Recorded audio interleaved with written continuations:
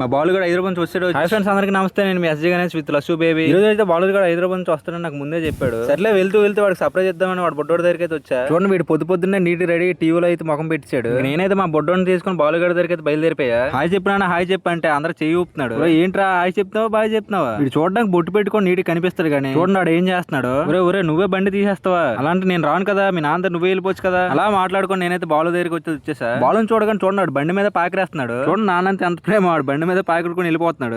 ఒరే నేను దింపుతాను కదా అంటే లేదు అచ్చా మా నాన్న దింపాలని చెప్పి మా నాన్న అని పిలుస్తున్నాడు. నేను ఒకటి అనుకుంటే అక్కడ ఒకటి జరిగింది. సర్ప్రైజ్ బాలుగాడికి అనుకుంటే మా బొడ్డోడికి చెందింది. అక్కడ నుంచి బయలుదేరి పల్లె రుచులు టిఫిన్ కి వచ్చేసాం. అదేంటో నిడదవాళ్ళంత ఊరిని వదిలేసి ఇక్కడికి వచ్చి టిఫిన్ చేస్తాం అంటే బాలుగాడు చూసి ఆనందంలో అన్ని మర్చిపోయా. సగం దారిలోకి వచ్చాక ఆకలి గుర్తొచ్చింది. సరే మేము ముగ్గురం టిఫిన్ చేసి అలా రెస్ట్ తీసుకున్నాం. చూడండి పడుకున్నప్పుడు ఎంత ముద్దుగా ఉన్నాడు. లిగిసి ఉంటే మాత్రం ఆటం బాంబు కానీ డేంజర్ ఇడు. మళ్ళీ బొడ్డోడు లెగిసి అల్లరి పెట్టేసరికి ఊర్లో ఉన్న స్వీట్ షాప్ కి అయితే వెళ్ళిపోయా. ఏదన్నా ఒకసారి సబ్స్క్రైబర్ హాయ్ చెప్పమ్మా. హాయ్ అందరూ హాయ్. మా గణేష్ బాబాని సపోర్ట్ చేయండి, మా బాబాయ్కి సపోర్ట్ చేయండి అని ఆడే అంటున్నాడు. ఇప్పుడు నిజమే వాడే చెప్పాడు నువ్వు అనుకుంటున్నావా? నేను అనుకోవడం ఏంటి మయ్యా, వాడే చెప్పాడు కానీ బయటకు కాదు వాడు మనసులో. సరేలే చెప్పేలాగానే ఇంటికి వచ్చి వాడు అమ్మ పాలు డబ్బా ఇస్తే వాడు చూడండి ఎండలో తిరుగుతూ పాలు తాగుతున్నాడు. ఏమైనా వీడికి భయం లేకుండా పోయింది. మళ్ళీ మధ్యాహ్నం కాగానే ఎండతో అలా జ్యూస్ తాగడానికి జ్యూస్ షాప్ కి వెళ్ళిపోయాం. జ్యూస్ అంటే బాలాజీ గడి చెప్పే జ్యూస్ కాదు మామ, జస్ట్ నేచురల్ జ్యూస్ అంతే. జ్యూస్ షాప్ అతను కూడా బాలాజీ గడి సబ్స్క్రైబర్ అంత మామ, అందుకే ఎంత పెద్ద లోటతో ఇచ్చారో చూడండి. అంత పెద్ద లోటతో మీరు ఎలా తాగుతారంటే భయపడకండి మయ్య, లోటతో పాటు గ్లాసులు కూడా ఇచ్చారు. అలా మేము ముగ్గురు షేర్ చేసుకుని తాగేసి రిటర్న్ అయితే ఇంటికి బయలుదేరిపోయాం.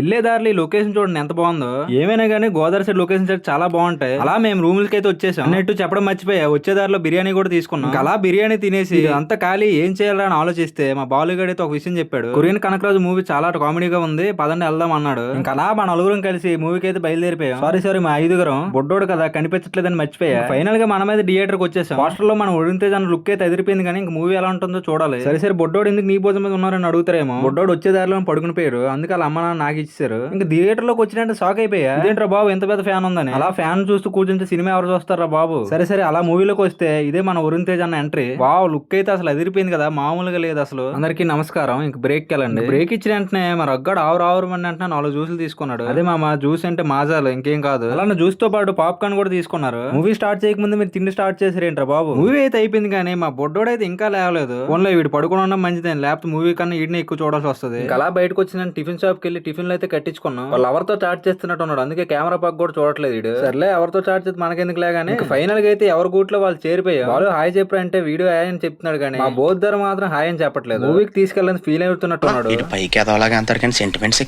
వీడియో నచ్చితే లైక్ చేసి సబ్స్క్రైబ్ చేసుకోండి. ఇంకా రేపటి వీడియోతో మళ్ళీ కలుద్దాం. బాయ్.